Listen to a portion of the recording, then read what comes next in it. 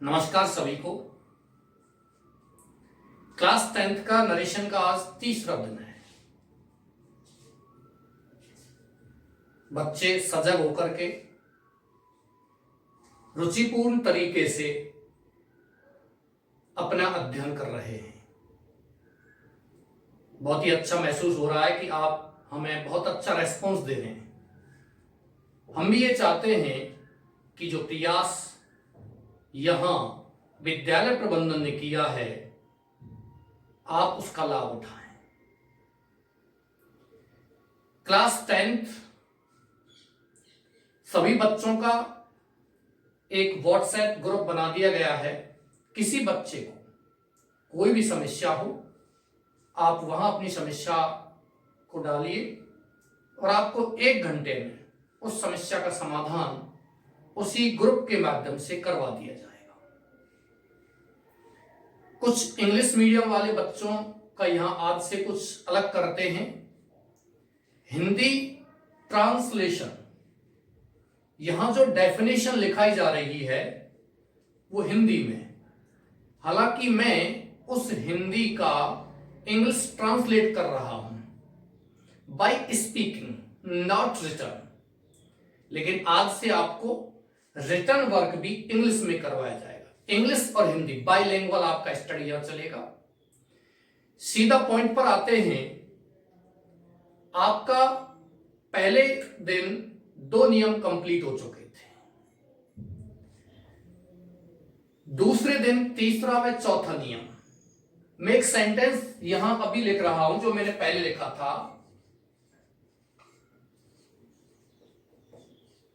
Ram said to me,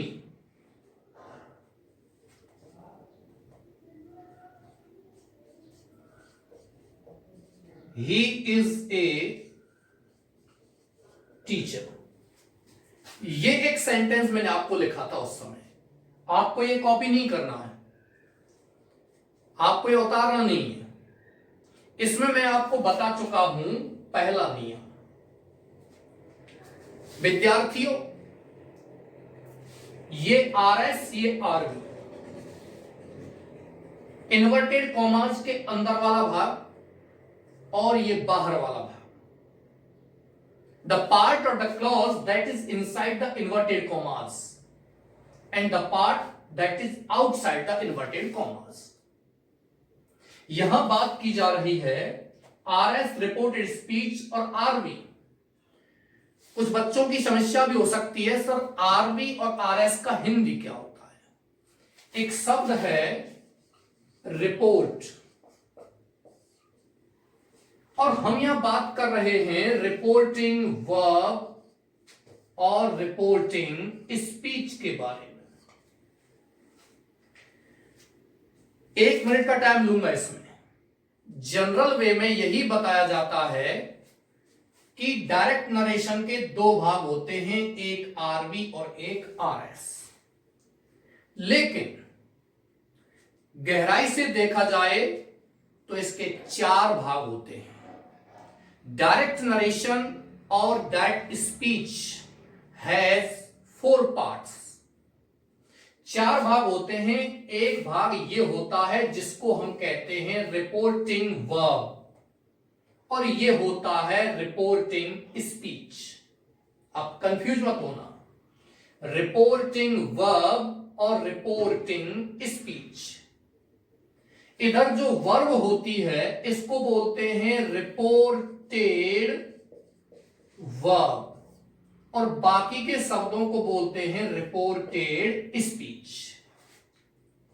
ये इसके 4 part होते हैं, लेकिन जनरली हम केवल 2 पार्टों को ही यहां समझने का प्रयास करते हैं। रिपोर्ट का बात ये चल रही थी कि रिपोर्ट का हिंदी क्या होता है। रिपोर्ट माने होता है प्रतिवेदन।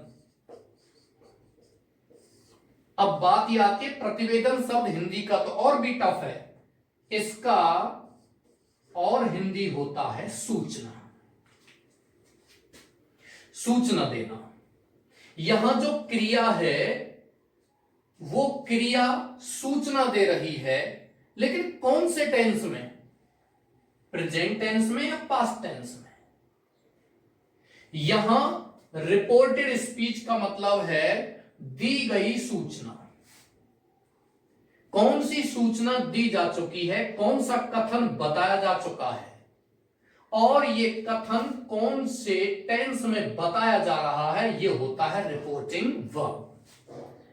कुछ ऐसे शब्द होते हैं इंग्लिश में, there are so many words in English, हम उनका हिंदी ट्रांसलेट बिल्कुल सीधा करते हैं तो उस सेंटेंस का ट्रांसलेशन कुछ अटपटा हो जाता है।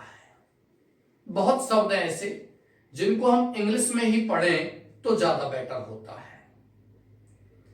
तो यहां रिपोर्टेड और रिपोर्टिंग का मतलब है सूचना किस टेंस में प्रस्तुत की जा रही है और सूचना क्या प्रस्तुत की गई है, ये इसका हिंदी है। आगे चलते हैं। चार नियम मैं आपको करवा चुका हूं। पहला नियम वर्ब वाला, दूसरा नियम आपका जोड़क शब्द, तीसरा नियम आपको बताया था प्रोनाउन चेंज, और चौथा नियम बताया था आपको वर्ब चेंज, कि यदि आरवी में पास्ट टेंस की वर्ब हो तो हम इसके टेंस को, इसकी वर्ब को बदल देते हैं। प्रिय विद्यार्थियों, एक चेंज और होता है इसमें, वो है टाइम एंड स्पेस, समय और दूरी संबंधी परिवर्तन। ये आपका है रूल नंबर 5। इस 5वें नियम के बाद यहां आपको कुछ उदाहरण और दिए जाएंगे। आप चिंता न करें, मैं डीपली लूंगा नरेशन टॉपिक को, सभी टॉपिक को बिल्कुल डीप लेके चलूंगा। इंग्लिश मीडियम वाले विद्यार्थियों को इंग्लिश में ट्रांसलेशन करवा दिया जाएगा। रूल नंबर 5,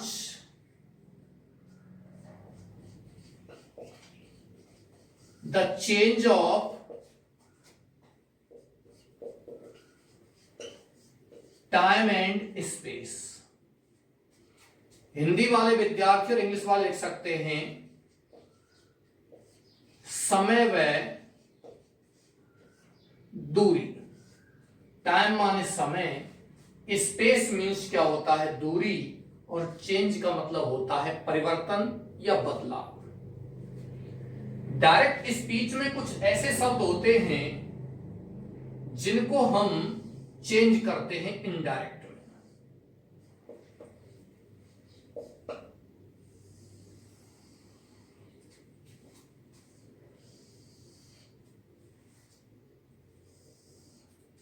इनडायरेक्ट में चेंज करते हैं। पेन कॉपी उठाइए और आप यहां लिखने का प्रयास करें।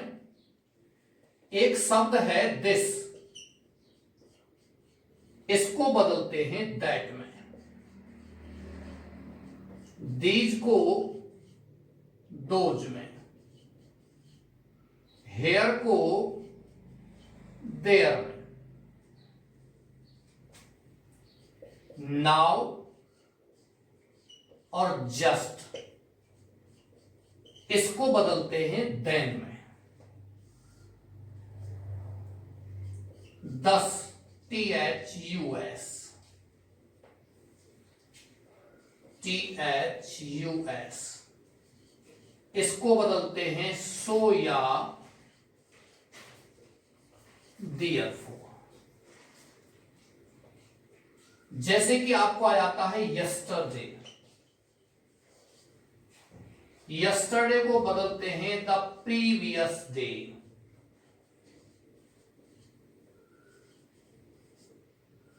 और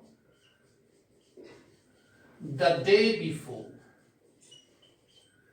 यस्टरडे और लास्ट डे, इनको आप किस में बदलोगे, बंद नहीं करना है, मैं ऊपर लिखाता हूं। दिस को दैट में, if you find this in direct speech, then you will change this into that in indirect speech. Direct speech में this, that, these, those, this, these, here, now, just, thus, yesterday और last day मिलता है तो आप इनमें change करोगे। ध्यान दीजिए, यस्टरडे आता है तो आप द प्रीवियस डे में चेंज कीजिए या द डे बिफोर में चेंज कीजिए, दोनों ही सही है। इसी प्रकार से लास्ट डे आता है तो आप द डे बिफोर में चेंज कीजिए या द प्रीवियस डे में चेंज कीजिए, दोनों ही यहां सही हैं। अब बात आती है नेक्स्ट, और भी कुछ शब्द हैं जिनको हम चेंज करते हैं, जैसे कि टुडे। टुडे को किस में बदलते हैं? That day. आप इनको उतारते चलिए, वीडियो को पॉज करके या स्क्रीनशॉट ले लीजिए। टुडे को दैट डे, टुनाइट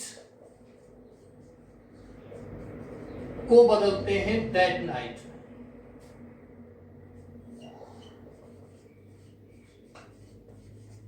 टुमारो को द नेक्स्ट डे में बदलते हैं, टुमारो को द नेक्स्ट डे।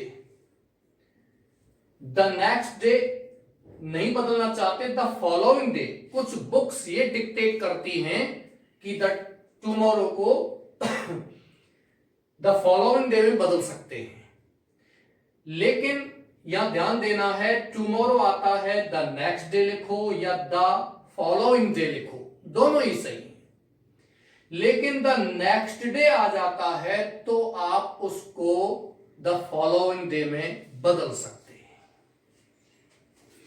आगे बात आती है हेंस को देंस।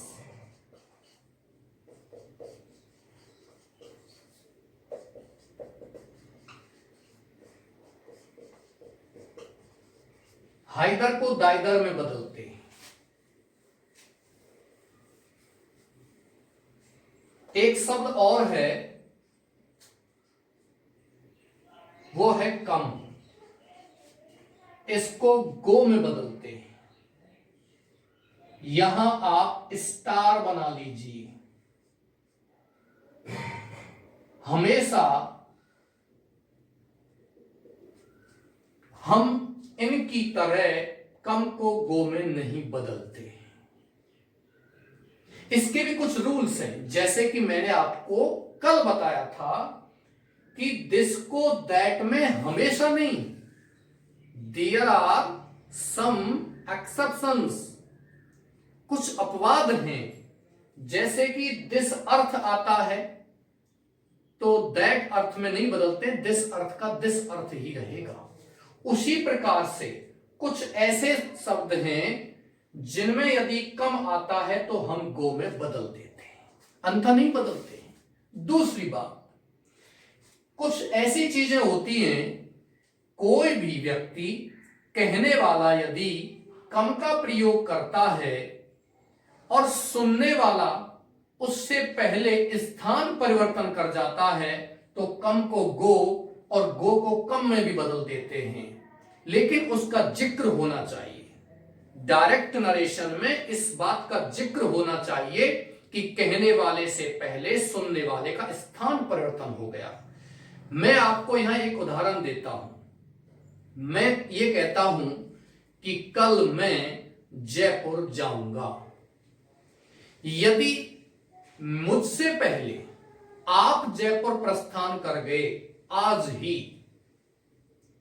और आप अपने मित्र से बात करते हो मेरे बारे में कि सर बता रहे थे कि वो जयपुर जाएंगे, डायरेक्ट स्पीच में सर कह रहे थे मैं जयपुर जाऊंगा। अब आप इसको इनडायरेक्ट स्पीच में जयपुर में बैठ करके बात करते हो तो आप क्या कहोगे कि सर बता रहे थे कि वह कल जयपुर आएंगे। इसी बात को कहेंगे क्योंकि आपका स्थान परिवर्तन मुझसे पहले हो गया। ये आपको यदि स्टार इसलिए लगवाया है कि मैं नोट लिखाऊंगा आगे चल करके, कुछ जब उदाहरण दूंगा तब इसके नोट लिखवाऊंगा। आगे चलते हैं प्रिय विद्यार्थियों, ये आपकी सारणी है।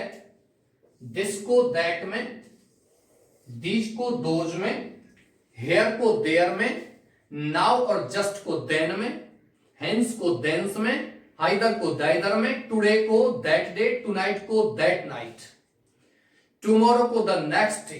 द नेक्स्ट डे आता है तो उसको द फॉलोइंग डे में बदल दीजिए। यस्टरडे या लास्ट डे को द प्रीवियस डे में बदल दीजिए या द डे बिफोर में बदल दीजिए। अब प्रश्न ये आता है कुछ विद्यार्थियों को, सर यस्टरडे या लास्ट डे न आकर के लास्ट नाइट आ गया, तो वही बात है, लास्ट नाइट आता है तो आप नाइट लिख दीजिए, यानी द प्रीवियस नाइट ये लिखोगे आप, या द नाइट बिफोर ये आप लिखोगे उसमें। ये आपका 5वां नियम समाप्त हो गया। यहां कुछ सेंटेंस लेते हैं। सभी विद्यार्थी अपनी कॉपी लेके बैठिए और इस कॉपी में ये सेंटेंस आपको कॉपी करने हैं, उतारने हैं। लेकिन जब तक मैं यह सेंटेंस लिखता हूं, अगले 15 या 20 मिनट तक आपको एक भी सेंटेंस यहां से नहीं लिखना है। उसके बाद आपको लिखना है स्क्रीनशॉट लेकर के या वीडियो को रोक करके लिखना है, क्योंकि मैं यहां सेंटेंस लिखते समय आपको चीजें समझाऊंगा भी, क्योंकि कोई भी सब्जेक्ट हो प्रैक्टिस मांगता है, अभ्यास अति आवश्यक है। Practice makes a man perfect. ये पुरानी कहावत है कि अभ्यास आदमी को पूर्ण बनाता है।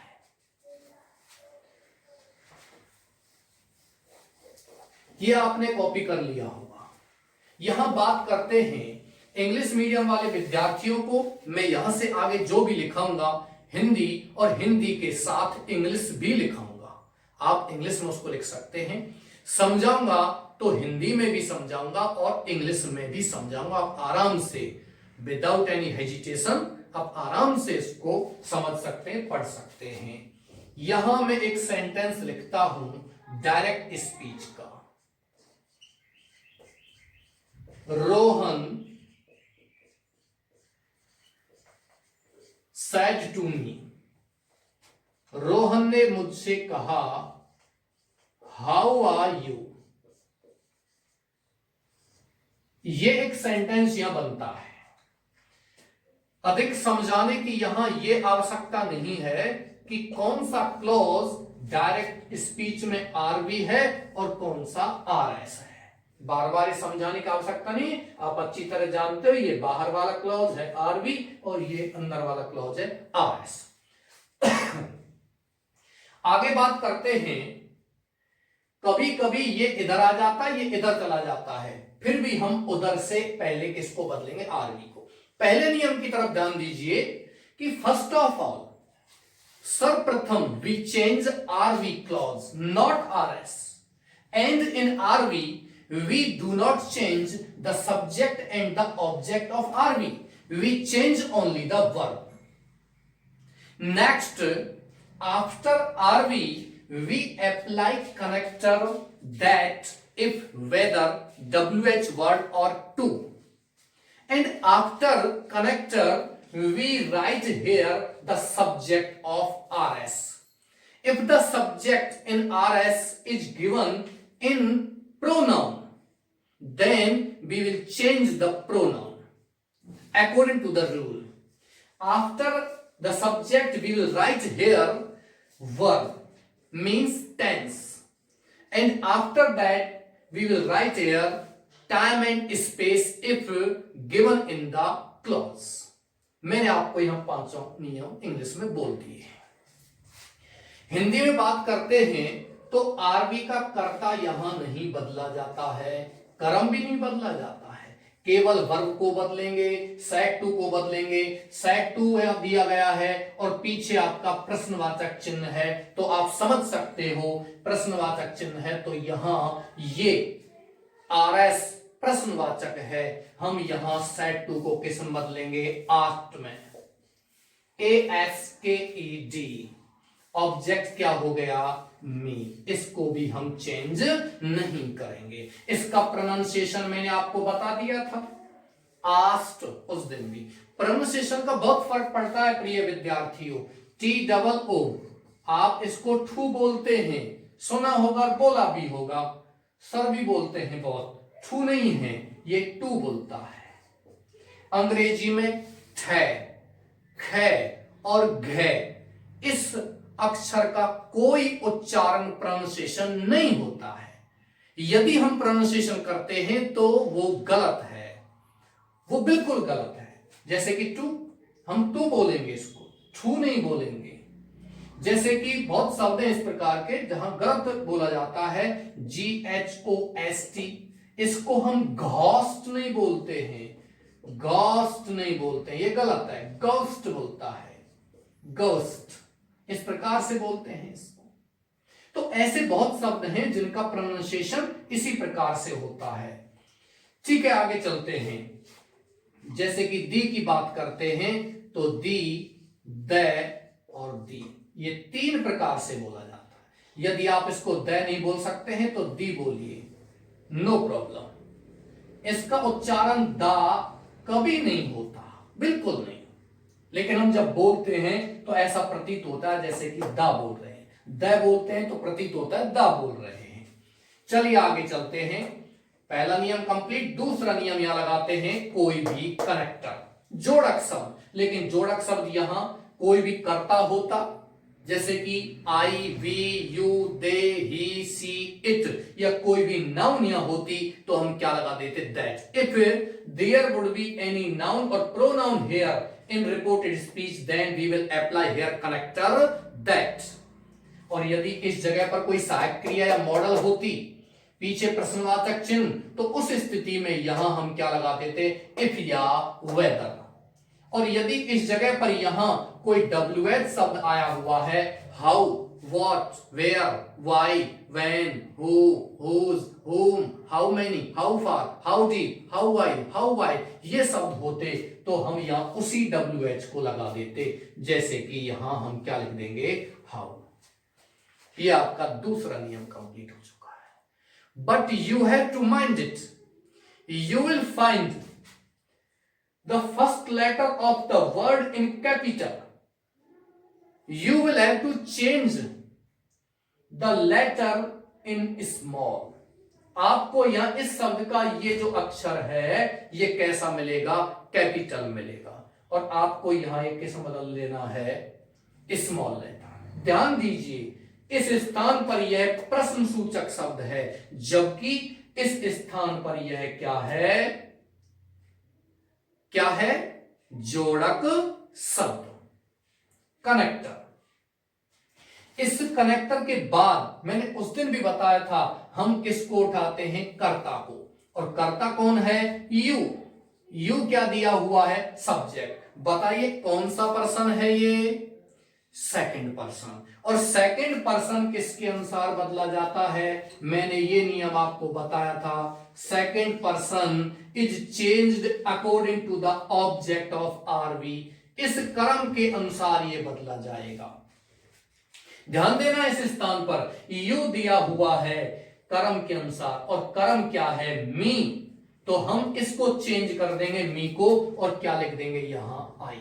कुछ बच्चों को लगता है सर दोबारा से रिपीट करो, मुझे लगता है यू आपका क्या है, सेकंड पर्सन है, और सेकंड पर्सन कर्म के अनुसार चेंज होता है, लेकिन ये यू क्या है, कर्ता। ध्यान दीजिए, यू कर्ता भी होता है और कर्म भी होता है, लेकिन यहां ये यू क्या है, कर्ता है। और हम इसको कर्म के अनुसार बदलेंगे तो इस कर्म को कर्ता में बदल देंगे, क्योंकि हम कर्ता के स्थान पर क्या लिखते हैं, कर्ता ही लिखते हैं। यदि यू कर्म होता, यदि यू क्या होता, कर्म होता, तो हम यहां कर्म मी को लिख देते। अब कुछ बच्चों को यह प्रॉब्लम हो सकती है, सर हमें कैसे पता चलेगा कि यू इसमें कर्ता है या कर्म है। जब यू दिया हुआ है, यदि यू मुख्य क्रिया से पहले दिया हुआ है कहीं भी, तो वहां वो कर्ता का कार्य ही करता है, और मुख्य क्रिया के बाद में दिया हुआ है तो वो कर्म का कार्य करता है। जैसे कि मैं बताता हूं, आई एम टीचिंग यू, मैं तुमको पढ़ा रहा हूं, ये सेंटेंस है। I am teaching you. और यदि आपको यहां ये आता है यू आर स्टडिंग, ऐसे सेंटेंस है, तो यहां ये कर्ता, ये क्रिया और ये कर्म, जबकि यहां ये क्या है, कर्ता। इसी प्रकार से यहां सहायक क्रिया के बाद दिया हुआ है कारण, ये सेंटेंस कैसा है, इंटरोगेटिव है। तो यहां यू को किसमें बदल दिया, आई में। अब बात करते हैं आगे न जाकर के, पीछे आपकी रह गई सहायक क्रिया, जिसको हम कहते हैं टेंस। मैंने उस दिन बताया था टेंस का मतलब होता है सहायक क्रिया और मुख्य क्रिया, और यह भी बताया था कि हम सहायक क्रिया और मुख्य क्रिया को बदलते हैं, अर्थात we change the tense, we change helping verb और मेन वर्ब। तो यहां हमको ये परिवर्तन करना है according to the rule number 4, नियम नंबर 4 के अनुसार इसको बदलना है। यह बात आती है कि ये इज आर एन को किस बदलते हैं, वॉज वर्ब में, लेकिन गलती ना करें, हमें यहां इधर देखना है कि क्या इसमें पास्ट टेंस है, क्या यहां मुख्य क्रिया की सेकंड फॉर्म है, क्या यहां सैड है, तो ही हम इसको क्या करते हैं, चेंज करते हैं। तो यहां क्या दिया हुआ है, सैड, चेंज कर देंगे। लेकिन यहां सैड नहीं, क्या होता, से, या होता सेज, या होता विल से, तो हम इसके टेंस को नहीं बदलते। फिर हम इजारएम का इजारएम लिख देते, यानी कि आई के साथ क्या लिख देते, एम लिख देते। लेकिन अभी एम नहीं लिखेंगे, अभी क्या लिखेंगे, सैड दिया हुआ है, तो यहां इजारएम का क्या होगा, वॉज वर्ब। तो यहां आई के साथ क्या लगाते हैं, वॉज, आई के साथ वर्ब नहीं लगाते हैं, ध्यान रखना। कुछ विशिष्ट कंडीशन होती हैं, कुछ शर्त होती हैं, जहां हम आई के साथ क्या लगाते हैं, वर्ब। मैं आपको correct form of the verb का सेंटेंस करवाऊंगा। उस correct form of the verb में एक क्लॉजेज सेंटेंस होते हैं जिनमें कंडीशन सेंटेंस कहलाते हैं, जो उनमें भी इमेजिनरी और अनलाइकली कंडीशन होता है, काल्पनिक शब्द, जिसमें कोई कल्पना की जाती है। जैसे कि मैं कल्पना करता हूं काश में पक्षी होता तो मैं आकाश में उड़ जाता। If I were A bird I would fly in the sky. ये है, if I were the PM of India I would solve the problem of terrorism, problem of water crisis, problem of corruption, problem of covid, problem of corona, जिसके बारे में हम सभी यहां पीड़ित हैं कोरोना से। तो यहां यह है कि आप शर्त लगा रहे हो, शर्त वाला वाक्य, और शर्त भी क्या है, कल्पना करने का, काल्पनिक शर्त की बात कर रहे हो कि यहां कल्पना की जा रही है कि काश में भारत का प्रधानमंत्री होता। If I were a millionaire I would construct a road to my village. काश मैं एक करोड़पति होता तो मेरे गांव तक सड़क बनवा देता। ये होता है यहां। आपका ये सेंटेंस कंप्लीट है। आप सभी विद्यार्थी इसको कॉपी कीजिए, उतारिए, तब तक मैं दूसरा सेंटेंस लिखता हूं और आपको समझाता हूं।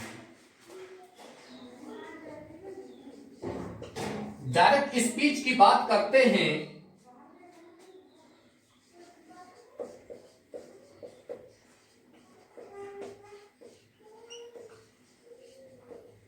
राखी सेड टू मी, राखी ने मुझसे कहा।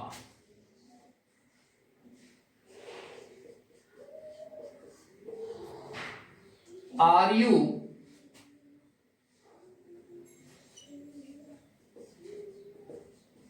राइटिंग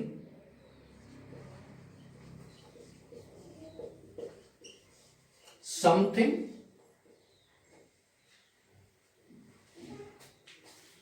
प्रिय विद्यार्थियों, यहां आरएस और आरवी इनडायरेक्ट स्पीच की बात करते हैं। ये आरवी, राखी का क्या होगा, राखी चेंज नहीं करेंगे, कुछ भी हो कर्ता चेंज नहीं करते हैं। सेड टू को किस में बदलेंगे? प्रश्नवाचक चिन्ह दिया हुआ है आस्ट में। ऑब्जेक्ट क्या दिया हुआ है? मी। ये उतार लिया, इसको समझिए। दूसरा लिखाता हूं, फिर इसको उतारना है। वीडियो को रोक करके भी आप इसको कॉपी कर सकते हो, स्क्रीनशॉट भी ले सकते हो, as you like it dear students. मी। अब लगाते हैं कनेक्टर जोड़क शब्द। यहां क्या है दिया हुआ? आपका सहायक क्रिया, और पीछे क्या है? प्रश्नवाचक चिन्ह। तो हम यहां क्या लगा देंगे? इफ। यदि आप चाहते हो इफ नहीं तो क्या लगा सकते हो? वेदर। एग्जाम जब आप देते हो तो आपको एक ही लगाना है, इफ लगाओ या वेदर। मेरी तरह दो मत लगा देना। मैं तो आपको बता रहा हूं कि दोनों में से कुछ भी कनेक्टर आप लगा सकते हो, ये आपकी चॉइस है। इफ या वेदर लगा करके कनेक्टर के बाद हम उठाते हैं कर्ता को। ध्यान रखना, गलती यही होती है, इफ या वेदर लगाने के बाद हम इज आर एम को वॉज वर्ब में बदल देते हैं। लेकिन नहीं, आपको क्या उठाना है? कर्ता उठाना है। कर्ता कौन सा है? You. You here is second person and second person is changed according to the object, or object here is me and you will write here I। इसी की तरह है सेम, क्योंकि यहां भी मी है, यहां यू है, ये यू है। मैंने यही सेंटेंस इसलिए दिया है ऐसा ही कि आप उसको रिपीट कर सको, रिवाइज कर सको। आगे और सेंटेंस अलग प्रकार के दूंगा। यू को आई में चेंज कर दिया, आप आगे मत जाइए, पीछे क्या रह गया? आर। इज आर एम को फिर किस में बदलेंगे? वॉज वर्ब में, क्योंकि यहां क्या दिया हुआ है? Second form. यहां क्या लिख देंगे? I was. राइटिंग का क्या लिखोगे? राइटिंग। समथिंग का क्या लिखोगे? समथिंग। उतारिए इसको, कॉपी कीजिए। नेक्स्ट सेंटेंस है डायरेक्ट स्पीच का है। Pankaj said to me, Pankaj ने मुझसे कहा, has he completed this work. ये आपका सेंटेंस। मैं इस सेंटेंस को यहां आशा करता हूं आपने इनको कॉपी कर लिया होगा। बात करते हैं डायरेक्ट को किस में बदलेंगे? इनडायरेक्ट में। क्या दिया हुआ है? प्रैक्टिस कीजिए। मैं आज आपको यहां ये क्लास समाप्त करने से पहले 5 सेंटेंस लिखूंगा। आपको पांचों सेंटेंस इनडायरेक्ट स्पीच में बदलने हैं, और अगले वीडियो में मैं उसको चेंज करवाऊंगा, सॉल्व करवाऊंगा आपके लिए। इनडायरेक्ट में बदलते हैं तो पंकज का क्या होगा? पंकज चेंज होगा ही नहीं। सेट टू को किस में बदलोगे? पीछे प्रश्नवाचक चिन्ह है, वही आस्ट में बदलोगे। यहां कर्म दिया हुआ है, मी का क्या लिखोगे? मी। फिर क्या लिखोगे? यहां कर्ता, या क्या लिखोगे? कनेक्टर, जोड़क शब्द। यहां जोड़क शब्द क्या लगाओगे? सहायक क्रिया आई हुई है, जोड़क शब्द क्या लगेगा? यहां वही इफ या वेदर, जो भी आप लगाओगे दोनों में से कुछ भी लगा दीजिए। यहां क्या दिया हुआ है? ही। कौन सा पर्सन है? ध्यान दीजिए, इफ लगाने के बाद हैज को मत लिखो, हैज को हैड में मत बदलो। मैं फिर बता रहा हूं, बच्चे यही गलती करते हैं। कनेक्टर जो है, जोड़क शब्द है, हम इस जोड़क शब्द के बाद क्या लिखते हैं? हमेशा कर्ता को लिखते हैं। इंग्लिश मीडियम वाले बच्चों से इंग्लिश में बात करते हैं। Here in reporting verb we do not change the subject and the object, that is why we have written here Pankaj and here me. And we have changed said to into asked because the RS clause is interrogative. Then we have written here if connector because RS clause has been started here from helping verb and there is question mark. And after connector we will write here subject, and subject here given is in the third person pronoun. Okay dears, बात करते हैं. यहां ही दिया हुआ है, ही कौन सा person है? थर्ड पर्सन है. सर्वनाम दिया हुआ है थर्ड पर्सन का, तो इस थर्ड पर्सन को हम किसी में चेंज नहीं करते हैं.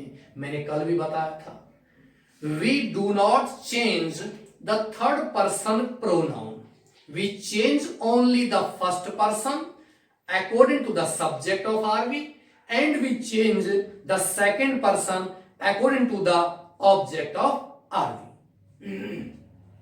कहने का मतलब मीन्स टू से कि हम फर्स्ट पर्सन और सेकंड पर्सन को ही बदलते हैं, फर्स्ट पर्सन और सेकंड पर्सन को ही बदलते हैं.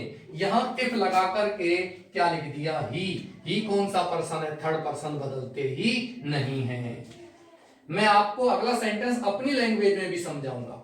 आगे मैं जाकर के पीछे रह गया हैज. हैज हैव को किस में बदलते हैं? पास्ट टेंस दिया हुआ है, सेड दिया हुआ है. हैज हैव को बदलते हैं किस में? हैड में. अपनी सारणी में देखिए, प्रोनाउन के बाद वाली सारणी में लिखा हुआ है कि प्रेजेंट टेंस को हम पूरे को पास्ट में बदल देते हैं, यानी कि प्रेजेंट परफेक्ट टेंस को बदल देते हैं पास्ट परफेक्ट में. यानी मैं बता रहा हूं आपको, हैज को किस में बदल दो? हैड में, और कुछ मत बदलो, अपने आप पास्ट टेंस हो गया. क्यों? क्योंकि हैज के साथ में थर्ड फॉर्म दी हुई है, हैड के साथ में भी कौन सी फॉर्म आती है? थर्ड फॉर्म आती है. यहां क्या लिखोगे आप? कंप्लीटेड का completed. If he had completed this, ये फिर आ गया और किसी में नहीं है, इसलिए मैंने सेंटेंस लिखा था. पांचवा नियम, टाइम एंड स्पेस, समय और दूरी संबंधी परिवर्तन. यहां क्या दिया हुआ है? ये दूरी, निकट की दूरी के लिए दिस लगाते एक वचन संज्ञा से पहले, जैसे कि यह है. और यदि दूरी दूर है तो वहां क्या लगाते हैं? एक वचन के लिए वह. और यदि कोई भी वस्तु निकट है, बहुवचन में है, तो क्या होता है? दीज, और हम उसको किस में बदलते हैं? दोज में. If he had completed this का क्या हो जाएगा? दैट. वर्क का क्या हो जाएगा? वर्क, और full stop. Dear students, we remove the question mark, inverted commas and simple comma from direct speech. Hindi में बात करते हैं हम. डायरेक्ट स्पीच से इन्वर्टेड कॉमा, सिंपल कॉमा सबको क्या कर देते हैं? हटा देते हैं. आगे चलते हैं.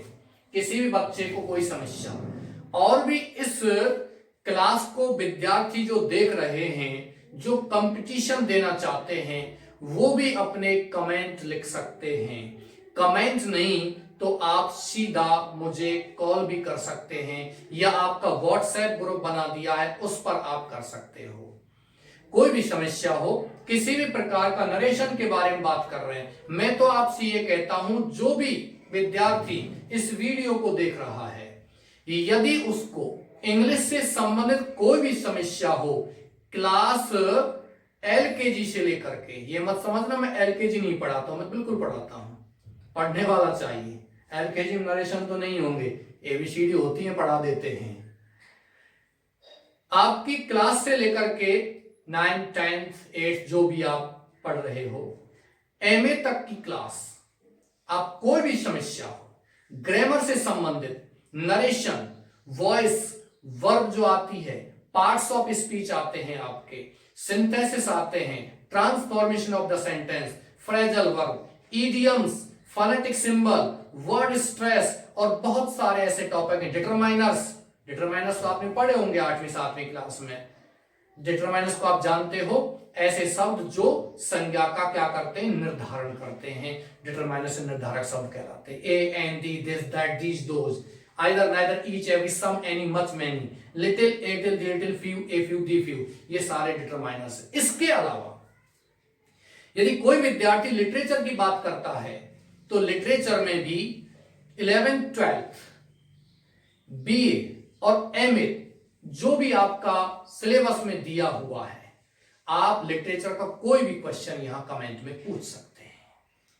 किसी भी लेखक के बारे में, किसी भी ड्रामेटिस्ट के बारे में, चाहे वो अंग्रेजी की शुरुआत हो, चाहे वो जॉफ्रे चौसर की बात कर रहे हैं, जॉन मिल्टन की बात कर रहे हैं, विलियम शेक्सपियर की बात कर रहे हैं, बेन जॉनसन की बात कर रहे हैं, थॉमस हार्डी की बात कर रहे हैं, और भी यहां भारत के जो लेखक हैं आपके आर के नारायण हैं, उनके बारे में बात कर रहे हैं, आप कोई भी क्वेश्चन यहां पूछ सकते हो, डोंट वरी। फिलहाल ये वीडियो क्लास 10th के लिए है और इसके अलावा मैं इसको बिल्कुल डीपली ले जाऊंगा, कॉम्पिटिटिव एग्जाम में भी आप इसको आराम से पढ़ सकते हो। यहां ये सेंटेंस कंप्लीट हो चुका है। इसके बाद डायरेक्ट स्पीच का एक सेंटेंस और लेते हैं।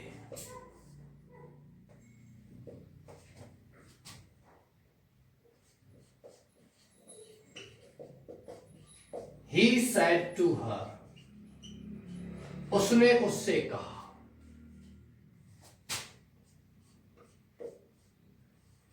I can do it। चलिए साक्रिय बदल देते हैं। I can do this work myself। ये सेंटेंस आपका दिया गया है। यहां जो सेंटेंस दिया हुआ है वो ये है कि आरबी का मतलब रिपोर्टिंग वर्ब, उसमें दोनों तरफ क्या दिए हुए हैं आपके प्रोनाउन। कोई दिक्कत नहीं, नो प्रॉब्लम। प्रोनाउन दिया हुआ हो, नाउन दिया हो, प्रॉब्लम क्या है? यहां ही का क्या लिखोगे? ही। सेड टू को किस में बदलोगे? टोल्ड में, क्योंकि फिलहाल पीछे आरएस क्लॉज प्रश्नवाचक नहीं है। दूसरी बात करते हैं, यहां प्रश्नवाचक नहीं है, सेड के बाद में टू दिया हुआ है, यानी कि ऑब्जेक्ट दिया हुआ है। ऑब्जेक्ट दिया हुआ है तो यहां आप सेड टू के संबंध लोगे टोल्ड में। यदि सेंटेंस इस प्रकार का होता, he said I can do this work my self, ये होता तो हम सेड का क्या लिख देते? सेड। ऑब्जेक्ट दिया हुआ है क्या? हाँ। इसके बाद कनेक्टर यहां क्या लगाएंगे? दैट। क्यों? क्योंकि आपका ये जो सेंटेंस है आरएस क्लॉज है, ये साधारण है, यानी किसी कर्ता से प्रारंभ है। दूसरी बात, यहां प्रोनाउन आ गया आई। कौन सा पर्सन है? First person. First person according to the subject. Subject क्या है? ही। तो हम यहां आई के स्थान पर क्या लिख देंगे? ही। कुछ बच्चों को लगता है सर ही कैसे? यदि यह सी होता तो हम क्या लिख देते? सी। यदि इस जगह पर कोई संज्ञा होती, एक वचन पुरुष, तो भी ही लिख देते, एक वचन स्त्री तो सी लिख देते। कहने का मतलब हमने आई को किस में बदल दिया? ही में। ध्यान दीजिए, यदि आरएस में फर्स्ट पर्सन आई वी का कोई प्रोनाउन है तो वो प्रोनाउन ये होता है, ये स्वयं होता है। और यहां आरएस में सेकंड पर्सन का कोई प्रोनाउन होता है, यू वगैरह, तो वो ये होता है। और यहां यदि थर्ड पर्सन का कोई प्रोनाउन होता है तो वो ना तो ये होता है ना ये होता है, वो कोई और होता है, इसीलिए हम उसको चेंज करते नहीं है। दैट ही, आई को ही में बदल दिया। कैन को किस में बदलेंगे? कुड में। आपको लगता है कि इस तरीके से चेंज नहीं करते हैं, मान के चलिए समझ नहीं आता है तो आप डायरेक्ट वे में समझ लीजिए अपनी ग्रामीण भाषा में। ही सेड टू हर, यहां ही की बात करते हैं, ये है आपका ही और ये है आपका हर। ही ने यानी उसने उससे कहा कि मैं, ये तो हो गया पुरुष, ये स्त्री। इस ही ने इस हर से कहा कि मैं, तो मैं कौन हो गया? ये व्यक्ति, ये पुरुष, और पुरुष के लिए क्या लगाते हैं? ही। इसलिए आई को किस में बदल दिया? ही में। कैन को किस में बदलेंगे, कुड में। कैन कौन सा है आपका, ध्यान दीजिए यहां इधर वर्ब चेंज होगी, यहां पास्ट टेंस है, सेकंड फॉर्म है, इसलिए कैन को किस में बदलेंगे, कुड में। डू को किस में बदलेंगे, डू में। ध्यान दीजिए we always apply the first form of the main verb after modals. किसी भी मॉडल के बाद हम केवल और केवल मुख्य क्रिया की फर्स्ट फॉर्म लिखते हैं, इसके बाद फर्स्ट आईएनजी, एस या ईएस, सेकंड फॉर्म या थर्ड फॉर्म नहीं लिखते, नेवर।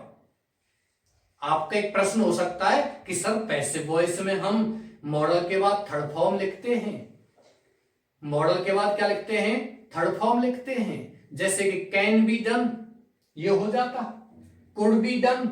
लेकिन ध्यान दीजिए विद्यार्थियों, थर्ड फॉर्म से पहले क्या आती है, बी, और बी जो है वो अपने आप में क्या है, मुख्य क्रिया की फर्स्ट फॉर्म।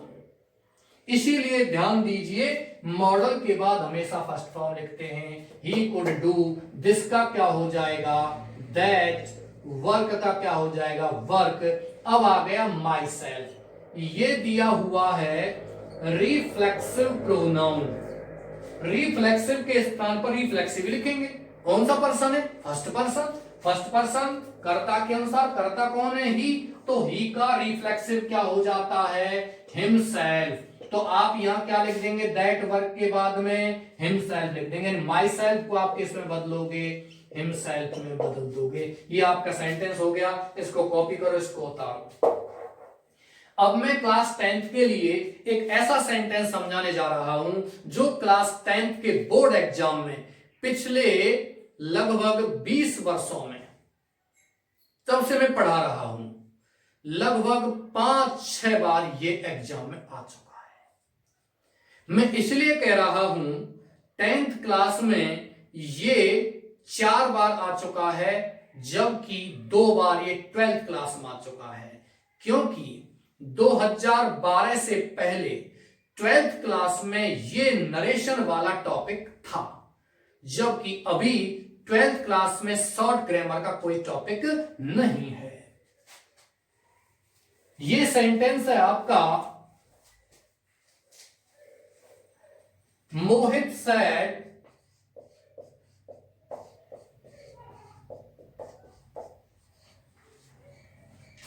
टू हर,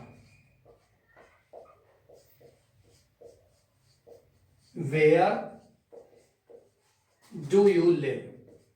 इस सेंटेंस के जस्ट बाद मैं आपको 5 सेंटेंस दूंगा, उसको आपको घर बनाना है और फिर आपका नेक्स्ट क्या कहते हैं जो रूल है वो यहां लिखाया जाएगा। मोहित चेंज नहीं होगा, सैड टू को चेंज करेंगे किस में, आस्ट में। हर का क्या लिखोगे, हर। यहां आप कनेक्टर क्या लगा दोगे, वेयर, WHER। WH से प्रारंभ है, इसी को कनेक्टर लगा दीजिए। यहां ये WH वर्ड है, जबकि यहां क्या है, कनेक्टर है, जोड़क शब्द है। वेयर के बाद में लिखते हैं कर्ता को। कर्ता कौन है, यू। कौन सा पर्सन है, सेकंड पर्सन, और सेकंड पर्सन का कर्ता है, सब्जेक्ट है। इसको हम बदलते हैं कर्म के अनुसार।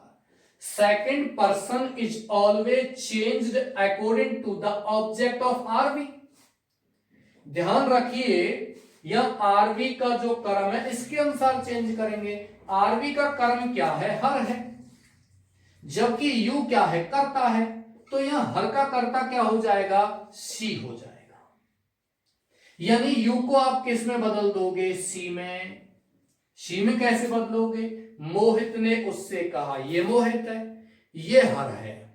मोहित ने उससे कहा, मोहित ने हर से कहा कि तुम कहां रहती हो, तो तुम कौन हो गया, ये हर। जबकि यहां हर को हम किस में बदल देंगे, सब्जेक्ट बदल देंगे, कर्ता बदल देंगे, क्योंकि यू क्या है, कर्ता है। आगे चलते हैं तो आपके यहां एक तो रह गई सहायक क्रिया और मुख्य क्रिया, पीछे प्रश्नवाचक चिन्ह। रूल नंबर आपका जो वर्ब का दिया गया है 4, उसमें शुरुआत में लिखा हुआ है कि प्रेजेंट टेंस को पास्ट में बदलते हैं। यहां प्रेजेंट टेंस दिया हुआ है डू या डज। देखिए सारणी में डू या डज सहायक क्रिया, मुख्य क्रिया की फर्स्ट फॉर्म और प्रश्नवाचक चिन्ह होता है। तो डू डज सहायक क्रिया को हटा देते हैं, प्रश्नवाचक चिन्ह को हटाते ही हैं, और इसकी फर्स्ट फॉर्म की सेकंड फॉर्म क्या हो जाएगी? लिव्ड। क्योंकि इनडायरेक्ट नरेशन में हम सेंटेंस को साधारण बदल देते हैं। ये आप विशेष ध्यान देना है। बच्चे यहां गलती क्या करते हैं? सी के बाद डू को डिड में बदल देते हैं और लिव लिख देते हैं। कभी कभी सी के बाद में डिड बदल देते हैं और लिव को लिव्ड कर देते हैं।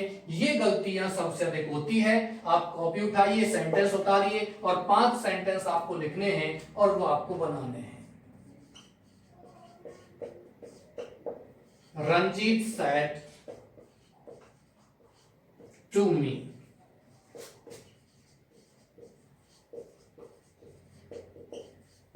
you are unwise.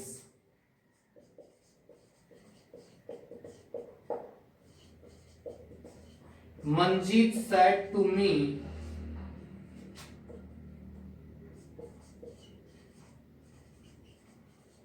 how many students are there in your class? विद्यार्थियों 2017 बोर्ड एग्जाम में 10th क्लास में यह क्वेश्चन आया हुआ है।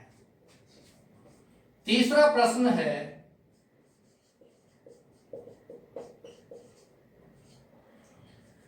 Rafiq sad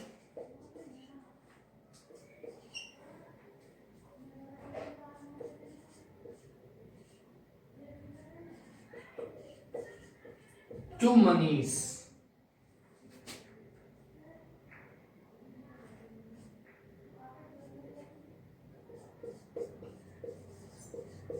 I played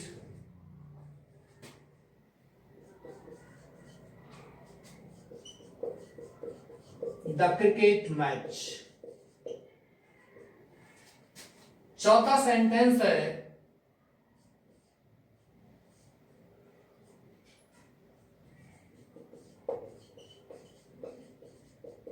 Brijesh said to her,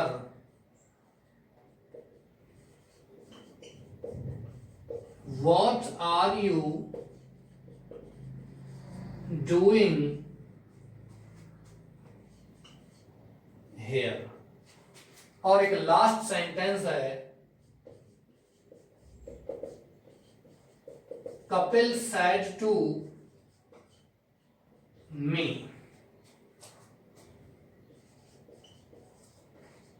why are you looking at me? ये आपके 5 सेंटेंस हैं। आप इनको कॉपी करो। अपने पास इतना टाइम नहीं है, वीडियो को पॉज कीजिए, वीडियो वहीं रुक जाएगा।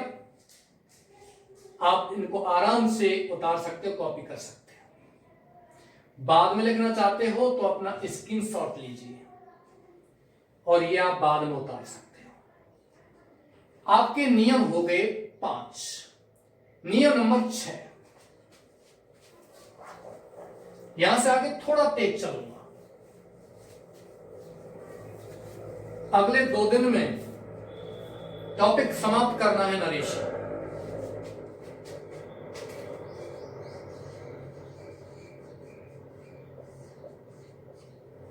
दो नहीं 3 दिन लग जाएंगे और थोड़ा डीप लेके। रूल नंबर 6 की बात करते हैं। यदि आरएस में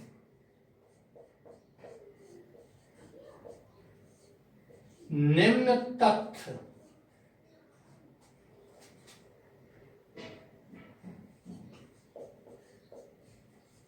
आते हैं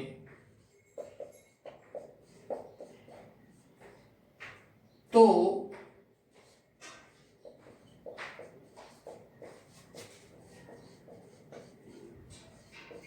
RS का टेंस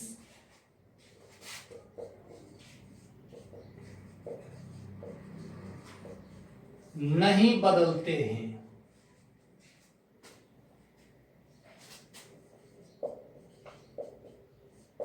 चाहे आरबी में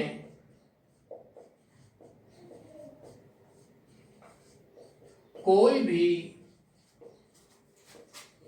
टेंस की वर्ब दी हुई आती है। प्रिय विद्यार्थियों, कुछ ऐसे फैक्ट्स होते हैं, कुछ ऐसे तथ्य होते हैं जिनमें आरएस के टेंस को नहीं बदलते। रिपोर्टेड स्पीच में हम टेंस को बदल देते हैं यदि आरबी में पास्ट टेंस हो। प्रेजेंट फ्यूचर तो बदलते ही नहीं है, पास्ट हो तो आरएस के टेंस को बदल देते हैं। लेकिन निम्नलिखित बातें यदि आती हैं आरएस में तो हम उसके टेंस को नहीं बदलेंगे, चाहे आपका आरबी में कोई भी टेंस क्यों ना दिया हुआ हो। चाहे प्रेजेंट हो, फ्यूचर हो तो बदलते नहीं है, पास्ट हो फिर भी नहीं बदलते हैं। ये कौन कौन से तथ्य हैं? यहां इंग्लिश मीडियम वाले थोड़ा सा इंग्लिश में लिखिए। We do not change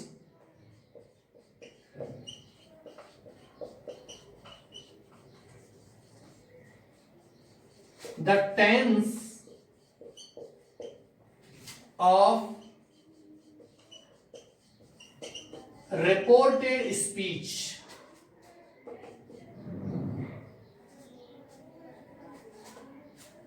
if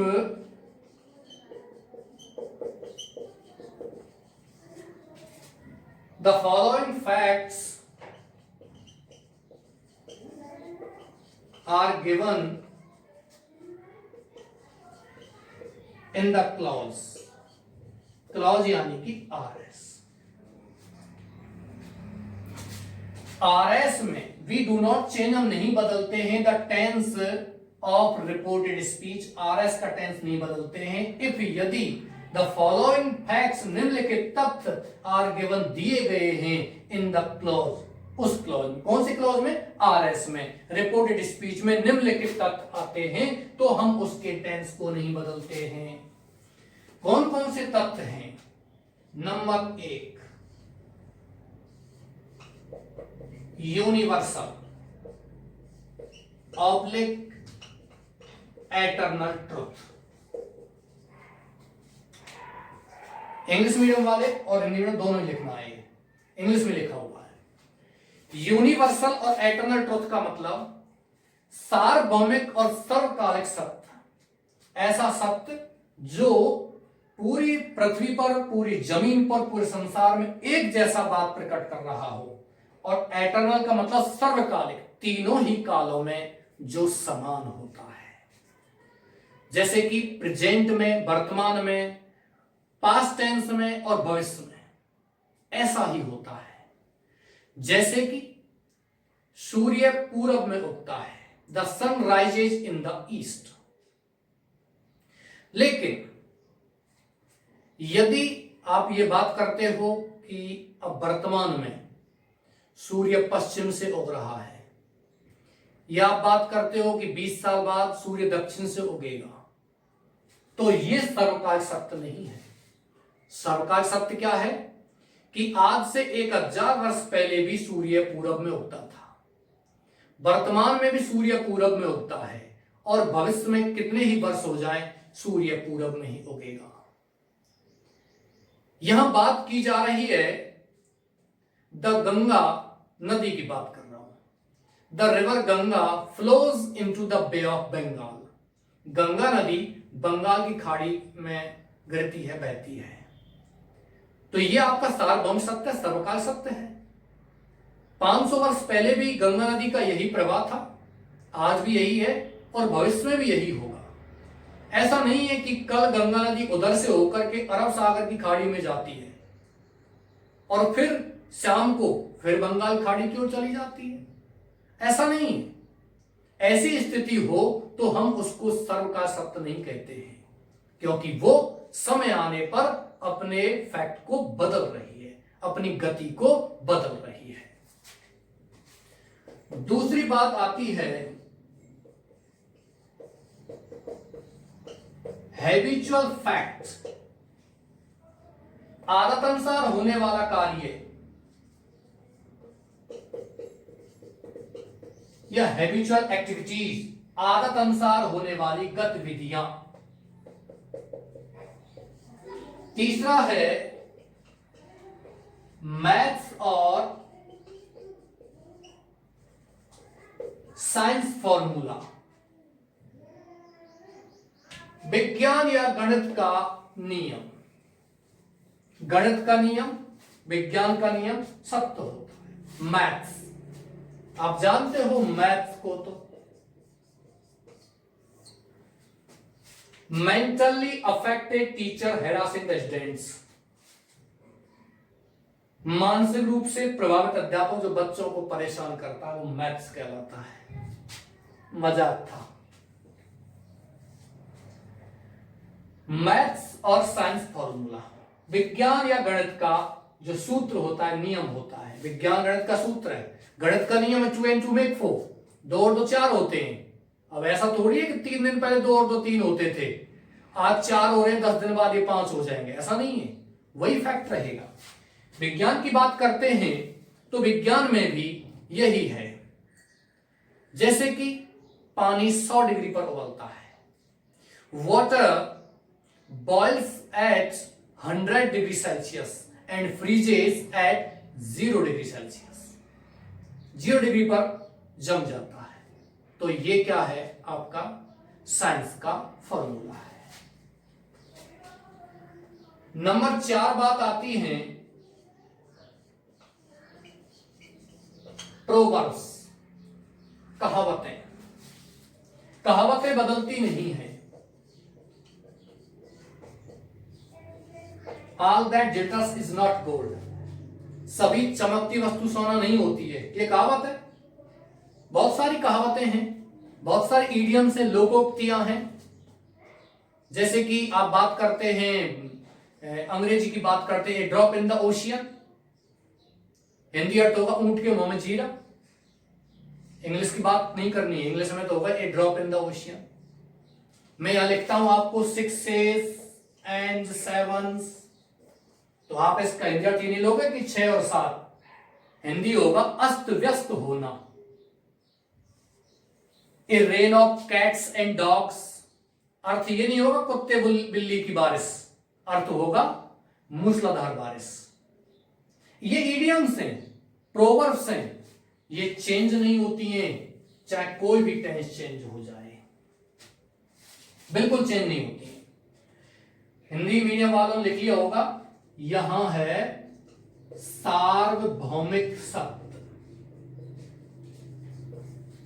यहां है आपका आदत, और यहां है आपका विज्ञान और गणित का नियम। हैबिचुअल एक्टिविटीज का मतलब होता है आदत अनुसार होने वाले कार्य, यानी कि नेचुरल एक्टिविटीज, प्राकृतिक गतिविधियां, स्वाभाविक गतिविधियां। नंबर 5 आता है कुछ रीति रिवाज होती हैं, ट्रेडिशंस एंड कस्टम्स। रीति रिवाज और परंपराएं, कस्टम्स माने होता है रीति रिवाज, आप सभी लिख सकते हो। ट्रेडिशन माने क्या होता है, परंपरा। परंपरा रीति रिवाज कभी नहीं बदलती है। कोई भी परंपरा हो, जैसे कि the Hindus burn their dads,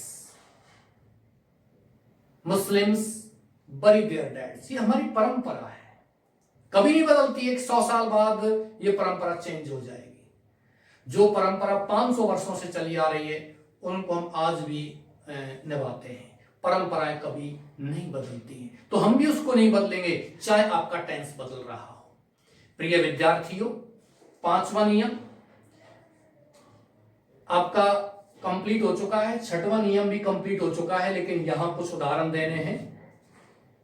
आशा करता हूं इंग्लिश मीडियम वालों ने भी इसको कॉपी कर लिया होगा। कोई भी समस्या हो अंग्रेजी मीडियम में भी तो वो आराम से संपर्क कर सकते हैं। पहले समझने की कोशिश करो जो भी कुछ समझा जा रहा है, थोड़ा धैर्य रखिए। 1 2 3 4 दिन आपको समझने में और अपना टाइम एडजस्ट करने में लगेगा। ऐसा नहीं है कि आज आपने 1 या 2 दिन पढ़ना शुरू किया और 2 दिन के बाद आप फ्री हो गए। नहीं, प्रत्येक चीज में एडजस्ट होने में टाइम लगता है। धैर्य रखिए। धैर्य संसार की सबसे बहुमूल्य चीज है, इंसान को रखना चाहिए। छठवां नियम, 7वां 8वां 9वां लगभग 3 या 4 नियम मैं आपको कल करवाऊंगा। इसी के साथ मैं आज आपका ये जो वीडियो है आप इसको कॉपी कर सकते हो, स्क्रीनशॉट लीजिए, बाद में लिख लेना। इसी के साथ मैं वीडियो समाप्त करता हूं। मैं ये आशा करता हूं और आपसे कहता भी हूं कि अपनी स्टडी को अच्छे तरीके से आप पेन लीजिए, थोड़ा दिमाग में रखिए, उसको इंटरेस्ट भी रखिए। इसलिए आप सभी को धन्यवाद। थैंक यू वेरी मच सभी विद्यार्थियों को। Thanks again.